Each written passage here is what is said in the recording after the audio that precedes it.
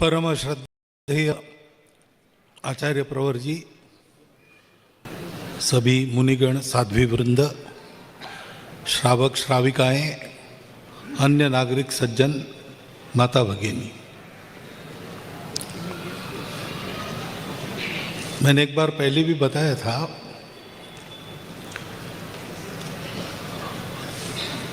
लाठी जो चलाते हैं हम लोग, वो हम क्यों चला रहे हैं, इसका हमें स्मरण रहना चाहिए।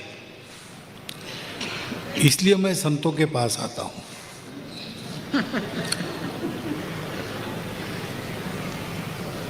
और आचार्य श्री से श्रीमुख से मर्यादा महोत्सव का उल्लेख हुआ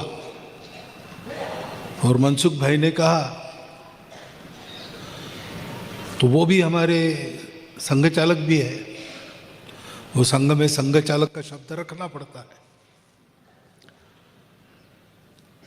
तो ये जो एक्स्ट्रा हुआ है वो मेरा लाभ है।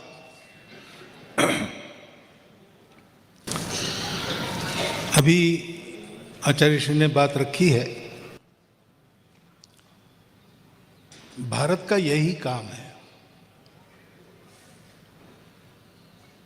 कि दुनिया को मर्यादा सिखाए, और सिखाए यानी भाषण से, पुस्तक से नहीं, अपने आचरण से सिखाए। क्योंकि पुस्तक में तो ज्ञान रहता है, भाषण में भी सुनते हैं, लेकिन उससे बात पूरी नहीं होती। कैसा करना चाहिए, कैसा रहना चाहिए, जो बताया है वो तो शाश्वत है। एक बार 1000 साल पहले बता दिया, वो आगे भी वैसा ही है। परंतु उसको करने के लिए 1000 साल पहले जाते तो एक भिन्न परिस्थिति थी, आज जाएंगे तो एक भिन्न परिस्थिति है। एक बार संवर्धन गतिविधि के कार्यक्रम के तहत एक नागरिकों के इसमें मैं विषय रख रहा था कि गाय की रक्षा होनी है तो हमको गाय रखनी चाहिए। तो एक सज्जन खड़े हो गए, बोले आपकी बात बिल्कुल सही है, लेकिन मैं शहर में रहता हूँ, 5वें मंजिल पर रहता हूँ, मैं गाय कैसे रखूं? प्रश्न यही रहता है। विषय आपका सबका बिल्कुल सही है, परंतु मैं मेरी स्थिति में ये कैसे करूं? जब करने वाले सामने होते हैं तो आदमी उनको देख के कर लेता है। यद्यद आचरति श्रेष्ठः तत्तदेवेतरो जनः स यत् प्रमाणम कुरुते लोकस्तदनु वर्तते। समाज के श्रेष्ठ लोग वो केवल बोलते लिखते नहीं है, वो जीते, और उनका जीवन देख के जीवन चलता है। और इसलिए हमारे भारत भूमि में लोग अनुकरण किसका करते हैं? अंततोगत्वा आध्यात्मिक लोग हमारे लिए प्रमाण। जैसे कुंड के सत्य की बात आई तो भौतिक सत्य है, पैसा कमाना पड़ता है, लेकिन पैसे के पीछे भागना हमारी परंपरा में नहीं है। आज भी प्रत्येक पैसे कमाने वाला व्यक्ति कम पैसा कमावे या बहुत ज्यादा पैसा कमावे, वो परंपरा से दान करता है। आज हम कहते हैं कि बहुत अवनत अवस्था है हमारे समाज की, आचरण से नीचे गिर गए, फिर भी दान लोगों के जीवन में है, क्योंकि अपना जीवन दान करते हुए समाज के भलाई के लिए काम करने वाले लोग दिखते हैं, और वो बताते हैं कि भाई पैसा कमाना महत्व की बात नहीं है, कमाया हुआ बांटना, कैसे बांटना, ये महत्व की बात है। हमारे एक प्रचारक केन्या में गए, वहाँ हिंदू स्वयंसेवक संघ का काम चलता है। तो वहाँ के नागरिकों ने उनको कहा कि भाई ये तुम्हारी संगम की बात यहाँ सुनने वाला कोई है नहीं, हम पैसा कमाने के लिए यहाँ है, तो अधिक पैसा कैसे कमाएं ये बता सकते हो तो बोलो। तो उन्होंने कहा कि मैं एक धेला कमाता नहीं, इसलिए पैसे कैसे कमाना ये तो मैं आपको नहीं बता सकता, लेकिन आपने जो पैसा जमा किया है उसका क्या करना ये मैं बता सकता हूँ। ये भारतवर्ष की विशेषता है, क्योंकि जो अन्वेषण की बात कही, सत्य को जानो, स्वयं जानो, तो जानने के लिए सब लोग चले, क्योंकि आनंद मिलना है, सुख मिलना है, तो सत्य क्या है पता होना चाहिए। असत्य पता नहीं चला तो ठोकर लगती है, दुख होता है। तो सत्य की खोज में सब लोग चले, लेकिन बाकी दुनिया के लोग एक हद रुक गए।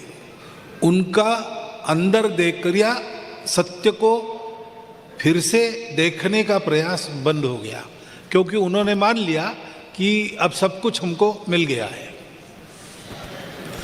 सत्य तो इतना अनंत तक है, उसका अन्वेषण सतत चलता है और एक ने करने से नहीं होता, सबको उसके सत्य को जानना पड़ता है, अपना अपना, हर एक को अपने सत्य को जानना पड़ता है।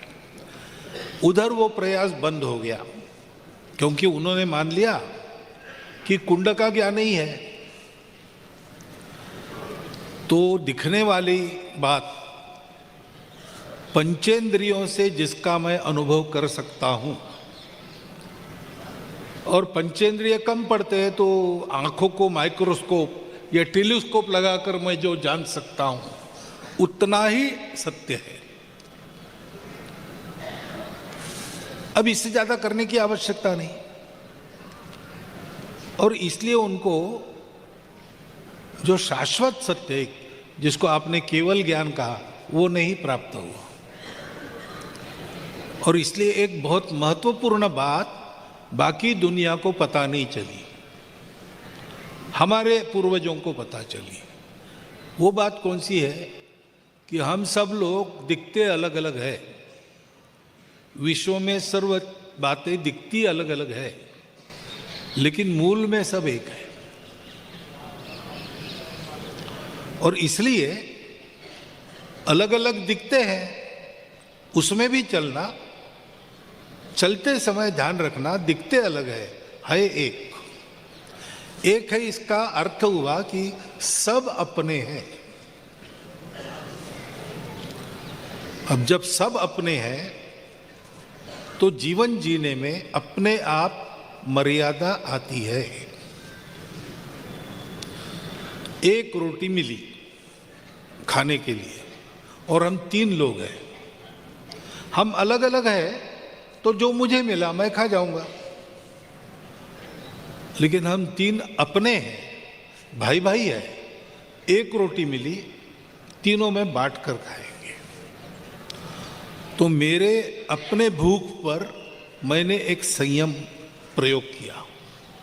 क्यों? सब अपने हैं, सबका जीवन चलना चाहिए। विश्व में जीवन जो चलता है वो सबका चलता है, साथ में चलता है, जिसके कारण चलता है उसको धर्म कहते हैं। धर्म की व्याख्या में ही है, धारणा धर्म इति आहु, धर्मो धारयते प्रजा। जो जो हुआ है उसकी धारणा करने वाला, उसका विनाश नहीं होने देता, उसको गिरने नहीं देता, साथ चलाता है और उन्नत करता है। वो धर्म बाकी दुनिया इसलिए नहीं जानती कि धर्म के पीछे जो सत्य है वो बाकी दुनिया नहीं जानती, हमारे पूर्वज जानते हैं। और इसलिए सत्य, अहिंसा, अस्तेय, अपरिग्रह, ब्रह्मचर्य आदि आदि सारी बातें ये हमारे यहाँ है, बाहर नहीं है। पुस्तकें सबने पढ़ी है, हमारी संतों की पुस्तकें भी उन्होंने पढ़ी है, उनकी भी हम पढ़ते हैं, भाषण सबने सुने हैं। आज भी भारत में महात्मा लोग विदेशों में जाके भाषण प्रवचन करते रहते हैं, परंतु प्रत्यक्ष जानना, अनुभव, ये केवल हमारे यहां हुआ, वहां नहीं हुआ। और इसलिए दुनिया को इस धर्म का पता नहीं। एक राजा था शिबी। शिबी राजा के दरबार में एक प्रसंग हुआ। दरबार चल रहा था, उस समय एक कबूतर भागते भागते आया, उसके पीछे बाज लगा था। प्राणों के भय से राजा के पास आया, राजा को बड़ी दीन दृष्टि से देखकर उसके पीछे छुप गया। तो राजा जान गया कि इस पर कोई संकट है प्राणों का, मुझसे आश्रय मांग रहा है। राजा ने उसको अपने उत्तरीय में छुपा लिया। पीछे से बाज आया और बाज ने सीधा राजा को कहा कि एक कबूतर उड़ के यहाँ आया है, वो मेरा भक्ष्य है, मुझे भूख लगी है, उसको खाने के लिए मैं पकड़ना चाहता हूँ, तो कहाँ है बताओ, मैं उसको खा जाऊंगा। राजा ने कहा कि देखो, वो मेरा आश्रित है, उसकी सुरक्षा करना मेरा धर्म है। कर्तव्य को भी धर्म कहते हैं। राजा का कर्तव्य है प्रजा की सुरक्षा करना, तो मैं तुम्हें उसको खाने नहीं दूंगा। अब ये प्रसंग है, कबूतर को जीना है, राजा को उसको बचाना है, बाज को उसको खाना है। अब इसका सॉल्यूशन क्या है, ये कैसे सुलझेगा? अब केवल कानून की बात कहते हैं। कानून भी है, सबका जीवन ठीक चले इसीलिए कानून है, उसको पालन भी करना ही चाहिए। महाराज जी ने बताया, हम भी आजकल शताब्दी वर्ष में जो 5 पहले लेकर चले हैं सारे समाज ने करने की, पहले स्वयंसेवक करेंगे, उसमें अंतिम यही है,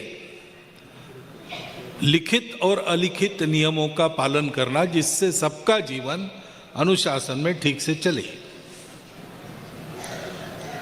नागरिक कानून का पालन, नागरिक अनुशासन का पालन, ऐसा कहते हैं, वो तो होना चाहिए, उसके लिए कानून है। तो कानून कहेगा 3-4 प्रकार से कह सकता है। वो कहेगा कि देखो भाई, राजा का काम है कबूतर को बचाना, राजा ठीक है। दूसरा कहेगा नहीं भाई, दुनिया में स्वातंत्र है, मैं क्या खाऊं ना खाऊं, तो मैं खा रहा हूं तो मुझे खाने दो। अब इसका कोई हल नहीं है। ऐसे ही समस्याएं आती है, प्रत्यक्ष जीवन में आते हैं, ऐसे विवाद खड़े होते हैं, कानून उसका निर्णय नहीं कर सकता, क्योंकि जीवन की समस्याएं कानून से केवल हल नहीं होती। कानून एक जगह रुक जाता है, आगे का काम धर्म को ही करना पड़ता है। तो बाज ने राजा को कहा कि तुम बता रहे हो कि कबूतर की रक्षा करना तुम्हारा धर्म है, तो मेरा पेट भरना भी मेरा धर्म है, और प्रकृति ने मुझे इस कबूतर को भक्ष्य के नाते निश्चित किया है, तो मैं अपना धर्म निभाने जा रहा हूं, और तुम मेरा धर्म रोक के अपना धर्म ठीक करना चाहते हो। धर्म तो एक ही है, तुम्हारा अलग मेरा अलग नहीं होता। धर्म सबको सुखदायी होता, सदा सर्वदा सर्वत्र सर्वथा जो सुख देता है वही धर्म है। तो मेरा धर्म काट कर अपना धर्म तुम सीधा कर रहे हो, ये तो धर्म हुआ नहीं। अब इसको भी उत्तर नहीं है। ज्यादा से ज्यादा क्या कहते, भाई सुप्रीम कोर्ट का निर्णय है, मानना पड़ेगा। ठीक है, वो मानना ही पड़ता है और मानना चाहिए, लेकिन किसी ने क्यों ऐसे पूछा तो उत्तर नहीं। लेकिन हमारे पास उत्तर है। राजा शिबी उत्तर देता है कि बिल्कुल तुम्हारी बात सही है, इसको खाना तुम्हारा धर्म है, पेट भरना है तुमको, पेट भरना धर्म है प्रत्येक व्यक्ति का, तो तुम्हारा भी धर्म रहेगा। जिंदा रहना कबूतर का भी धर्म है, वो अपनी प्राण रक्षा करना चाहता है, उसका धर्म है, वो भी रहेगा। और मैं उसकी रक्षा करना चाहता हूँ, मेरा भी धर्म रहेगा। तुमको खाना है, कबूतर को ही खाना चाहिए ऐसा नहीं, मांस खाना है तुमको, तो कबूतर के वजन के बराबर मेरा मांस मैं काट के देता हूं, उतना तुम खाओ। तीनों का धर्म रहेगा। ऐसा होता है क्या दुनिया में? ऐसा नहीं होता। चाहे जो मेरा स्वार्थ सिद्ध होना चाहिए, मेरा हित होना चाहिए, मैं जिंदा रहूं, मैं बढ़ता रहूं, बाकी लोगों का क्या होगा वो बात का सवाल है। जो मेरे उपयुक्त है उनका हो बाद में, जो नहीं है उनका कुछ भी हो, और जो मेरे हित के विरुद्ध है उनका तो सत्यानाश हो। दुनिया के व्यक्ति और दुनिया के राष्ट्र आज भी ऐसे चल रहे हैं। भारत का व्यक्ति और भारत का राष्ट्र ऐसे कभी चला नहीं, न चल रहा है, न चलेगा, क्योंकि वो धर्म जानता है। मैं जीऊंगा सबका जीवन बनाने के लिए, क्योंकि सब मेरे अपने हैं। तो हम देखते हैं कि भारत सबकी चिंता करता है, सबको देता है। संकट समय में प्रामाणिकता से, बिना स्वार्थ के दुनिया के देशों की मदद करने वाला एकमात्र देश दुनिया का कौन है? भारत है। वो तो पाकिस्तान में बाढ़ आई तब भी मदद करने को गया। पाकिस्तान इतनी हरकतें करता है हमारे खिलाफ, फिर भी उसने मालदीव की मदद की, उसने नेपाल की मदद की, उसने श्रीलंका की मदद की। अपनी स्थिति अभी बढ़ रही है, ठीक हो रही है, तब भी अपना पेट काट कर सबकी मदद उसने की। ये भारत में होता है। कारण क्या है? धर्म। ये जो धर्म है वो संदर्भ है, वो रेफरेंस है, क्या करना चाहिए, क्या नहीं करना चाहिए। अहिंसा, कब कौन सी अहिंसा है और कौन सी अहिंसा नहीं है, संदर्भ क्या है? धर्म है। महाराज जी ने कहा कि अहिंसा परम तत्व है, परंतु उसकी रक्षा के लिए कभी कभी पुलिस को लाठी उठानी पड़ती है। उसकी रक्षा के लिए कभी कभी ये धर्म है, ये रेफरेंस है। लाठी है पुलिस के पास, चाहे जैसी नहीं चलाएगी, उनको भी आदेश रहता है लाठी चलाओ, आवश्यक है तब, लेकिन ऐसी मत चलाओ कि लोग मर जाए, लोग भाग जाए, ऐसा कहो। ये अपनी परंपरा में है। हमारी परंपरा में हम खेती करते हैं तो हमारी परंपरागत तरीके से हम अपने पेस्टिसाइड्स बनाते हैं, कीड़ों को नियंत्रित करने के लिए। हजारों वर्षों से खेती हो रही। अभी जो पश्चिम के ज्ञान के अनुसार रासायनिक बने हैं, वो क्या करते हैं कि इन कीटों का पूर्ण विनाश कर देते हैं। लेकिन हमारे कीट नियंत्रक विनाश नहीं करते, वो नियंत्रण करते। वास्तविक वो कीटनाशक है, ये कीट नियंत्रक है। उनको भी जीना है, उनको भी खाना है, परंतु वो खाना मनुष्यों के लिए हानिकारक न हो और मनुष्यों का उसका प्रतिकार करना उनके जीवन के लिए हानिकारक न हो। ये जो संतुलन है, वो व्यवहार का संतुलन उस संदर्भ के कारण आता है। संतुलन के लिए एक अनुशासन का वर्णन करना पड़ता है। वो अनुशासन हमारे यहाँ बताया है, अपनी परंपरा में सब आता है। ये अनुशासन ही है, सत्य, अहिंसा, अस्तेय, अपरिग्रह, ब्रह्मचर्य, ये सारी बातें। संयम भी अनुशासन का ही पहला कदम है। और ये किस लिए है? क्योंकि हम धर्म जानते हैं, धर्म करते हैं। इस धर्म को संपूर्ण दुनिया को देने का काम समय समय पर भारतवर्ष ने किया है, भारतवर्ष करता है, भारतवर्ष करेगा। वो भारतवर्ष का प्रदत्त कहिए, या जिनको ईश्वर नहीं मालूम या मानना नहीं है, नियति प्रदत्त कहिए, ये कर्तव्य है। लेकिन करने की पद्धति भी निश्चय है। अपने सामरिक बल के आधार पर यह नहीं करना है, अपने आर्थिक बल के आधार पर यह नहीं करना है, ये बलपूर्वक करना ही नहीं है। अपने उदाहरण से विश्व के साथ एक आत्मीयता का संबंध प्रस्थापित करेंगे, क्योंकि वास्तव में कोई बात एक जगह से दूसरी जगह पहुंचानी है, केवल उसकी जानकारी नहीं, केवल उसकी टेक्नोलॉजी नहीं, वो बात ही एक जगह से दूसरे पहुंचानी है। तो रास्ता क्या है? रास्ता यही है। एक बार हमारे संघ शिक्षा वर्ग में हमारे एक अधिकारी ने प्रश्न पूछा, अंग्रेजी में पूछा, night has many stars, day has only one, day is brighter than night, why? दिन में, रात में अनेक तारे हैं, दिन में एक ही तारा है, सूर्य, लेकिन रात भर अंधेरा रहता है और दिन भर उजाला रहता है। करोड़ों तारे चमक रहे गगन में, अंधेरा है, क्यों?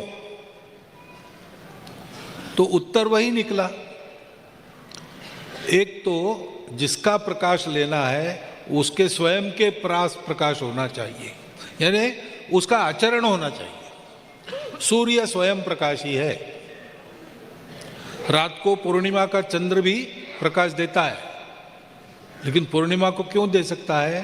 पूरा प्रकाश उसको सूरज से मिलता है। अमावस्या के दिन भी चंद्र होता है आकाश में, परंतु सूरज का प्रकाश बिल्कुल नहीं मिलता, तो वो प्रकाश नहीं दे सकता। सूरज का ऐसा नहीं है, उसका स्वयं का प्रकाश है। और ऐसे स्वयं प्रकाशित और सूरज से भी बहुत बड़े तारे खगोल में बहुत सारे हैं, लेकिन वो इतने दूर है, अनेक प्रकाश वर्ष दूर है, 1,00,000 प्रकाश वर्ष। सबसे निकट का सूर्य के बाद का जो तारा है उसको अल्फा सेंटोरी कहते हैं, वो 30 प्रकाश वर्ष दूर है, यानी वहां से प्रकाश चलेगा तो हमको 30 साल के बाद मिलेगा, अभी काम का नहीं है वो। एक सूर्य है जिसका प्रकाश 8.5 मिनट में पृथ्वी पर पहुंचता है, वो निकट है, वो स्वयं प्रकाशी है। कोई भी वस्तु, कोई भी तत्व, कोई भी व्यवहार इधर से उधर पहुंचाने का यही रास्ता रहता है। खुद उदाहरण बनो और सबके साथ आत्मीय संबंध बनाओ। आप जो कर रहे हैं वो अगर अच्छा है तो मनुष्य जाति उसका अनुकरण आज ना कल निश्चित रूप से करेगी, क्योंकि जो अच्छा है वो सत्यपरक है, और जो सत्यपरक है वो शुभ परिणाम देता है। जो असत्य है वो पहले पहले अच्छा लगा तो भी बाद में वो दुख में ही डालता है। और इसलिए अपने व्यवहार से संपूर्ण दुनिया में इन बातों को पहुंचाने का काम करना है, वो समय अब आ गया है। हम सब लोगों को उसके लिए तैयार होना पड़ेगा। और उसके लिए तैयार कैसे होना, क्या होना, इसका विवेक हमको कहाँ से मिलेगा? संत सान्निध्यों में मिलेगा। सत्संग का बहुत महत्व है। महापुरुष संश्रय ऐसा कहते हैं। तो मनुष्यत्वम, मुमुक्षत्वम, महापुरुष संश्रया, 3 बातें हैं। मनुष्य का जन्म मिलना, तो ये सब सोच सकते हैं, अपने प्रकृति में बदल कर सकते हैं। पशु को प्रकृति में ही रहना पड़ता है, मनुष्य प्रकृत जन्म लेता है, सुसंस्कृत हो जाता है, ये मनुष्य ही कर सकता है। उसमें मुमुक्षुत्वम, वो केवल ज्ञान की इच्छा रखना, मोक्ष की इच्छा रखना, परमपद प्राप्ति की इच्छा रखना, ये मनुष्य ही कर सकता। वो इच्छा होना, इस सब माया के जंजाल में ये बुद्धि होना कि इसके परे जाकर कुंडों का ज्ञान मैंने देख लिया, उससे समाधान नहीं, अब अंदर से जो जल आ रहा है उसका ज्ञान चाहिए, ये इच्छा होना, ये तीसरी महत्व की बात है। और दूसरी और तीसरी महत्व की बात है, ये सब होने के लिए महापुरुष संश्रय, जो ऐसे त्यागी, विरागी, साक्षात्कारी, सत्य जानने वाले लोग हैं, उनका सत्संग मिलना, उनको जानना, ये बातें ईश्वर कृपा के बिना संभव नहीं, ऐसा कहा गया है। हमको सौभाग्य से तीनों बातें मिली है। हम यहाँ उपस्थित है, उसका मतलब ही ये है कि हमको मनुष्यत्व तो है ही, मुमुक्षुत्व भी है और महापुरुष संश्रय भी है। और इसलिए सब बातें जो सुनते हैं वो जीवन में लाना, उसको जीवन में लाने से अपना जीवन उन्नत बनने वाला है, उसको जीवन में लाने से अपना जीवन उपकारी बनने वाला है सबको, और उसको प्रत्यक्ष लाने में दुनिया उसका अनुकरण करेगी तो सारी दुनिया को उसके कारण लाभ होने वाला है। एक पंथ में 3-3 काज वाला ये सारा उपक्रम है। तो संदर्भ, संतुलन, अनुशासन, संयम, ये सारी बातें मर्यादा है। और मर्यादा, धर्म को भी मर्यादा ही कहते हैं, वो मर्यादा ही है। यहाँ तक अपना हाथ घूम सकता है, लेकिन सामने किसी का गाल है तो वहां नहीं जाना। महाराज जी ने बताया, शब्दों से प्रताड़ना कर सकते हैं, हाथ नहीं उठना चाहिए, ये मर्यादा है। ऐसी मर्यादाओं में हम सब चलेंगे तो आपस में कलह नहीं होगा, अपराध बंद हो जाएंगे। ऐसी मर्यादा में देश चलेंगे तो पर्यावरण की हानि नहीं होगी, आपस में लड़ाइयाँ नहीं होगी। इस मर्यादा को देने का काम जिनको मिला है, उन हमको ये इच्छा मिली और इच्छा को पूर्ति करने का मार्गदर्शन करने के लिए महापुरुष भी मिले। ये हमारा सौभाग्य है, भाग्य है, लेकिन लाभ उसका हमको करा लेना है, वो करने से होगा। एक बार ऐसा कहते हैं कि पार्वती जी ने शिव जी को कहा कि आपका एक भक्त है, बहुत दरिद्री है, आपको उसकी करुणा नहीं आई, कितने वर्ष ऐसा पड़ा है, सच्चा भक्त है, उसके लिए कुछ करो। शिव जी ने कहा कि भाई मैं करता हूँ, लेकिन उसका नहीं है, उसके करने में ये, उसके भाग्य में नहीं, होगा नहीं। पार्वती जी कहा ऐसा नहीं हो सकता, तो बोले देखो। वो भक्त एक जंगल में जा रहा था पगडंडी पर, और शिव जी ने सुवर्ण मुद्राएं, हीरे मोती भरी हुई एक थैली उनके उस पगडंडी पर बिल्कुल बीचों बीच रख दी कि यहाँ से जाएगा तो पाएगा। पार्वती जी को कहा देखो अब क्या होता है। वो आया चलते चलते, उसको वो पोटली दिखने के थोड़ा पहले उसके मन में विचार आया कि आंख मूंदकर मैं पगडंडी पर चल सकता हूं कि नहीं, मुझे देखना है। और उसने आंख अपनी मूंद ली और चलते गया, टेढ़ा चला, पोटली को छोड़ के आगे गया, बाद में आंख खोली तो ज्ञान तो हो गया कि मैं सीधा नहीं चल सकता आंख मूंद कर, लेकिन भाग्य तो छूट गया। तो हमको भाग्य प्राप्त हुआ है, लेकिन हमने आंखें खोलकर चलना चाहिए, तब उसका लाभ हमको होगा, हमारे देश को, राष्ट्र को, समाज को, परिवार को, सबको होगा, सारी दुनिया को होगा। मैं जो आता हूँ बार बार और एक आध बार एक्स्ट्रा आ सका तो मेरा भाग्य मैं मानता हूँ, इसलिए कि अगर कहीं झपकी लग जाए तो यहाँ आके आँख खुल जाती है और खुली रहती है अगले मिलने तक। इसीलिए मैं बार बार आता हूँ। इससे ज़्यादा मुझे कुछ कहना है नहीं, बाकी सब महाराज जी जो कहते हैं वही हम सुन रहे, वो करना है, इतना ध्यान में रखिएगा। एक विनम्र अनुरोध आपके सामने रखता हूँ और सुन लिया, इसलिए आपका धन्यवाद करता हूँ। कुछ अमर्यादा हो गई तो वो मेरी है, बाकी जो अच्छा है इसमें वो ऐसे ही सुनकर मैंने आपके सामने टेप रिकॉर्डर जैसा बोल दिया है। बहुत बहुत धन्यवाद।